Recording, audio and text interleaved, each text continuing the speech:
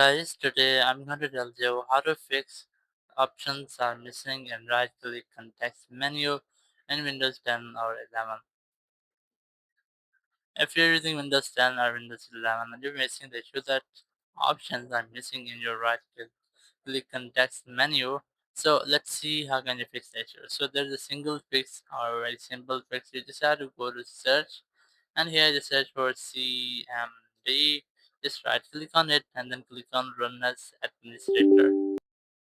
Now once you are in, you just have to enter this command here, which is reg space add space hkcu slash software slash classes slash clsid, then slash and then this code. Now once I've entered complete command here, press enter from your keyboard, and after pressing enter it will add options to your right click context menu and your issue will be fixed. Thank you very much for watching the video. Until next video, bye bye.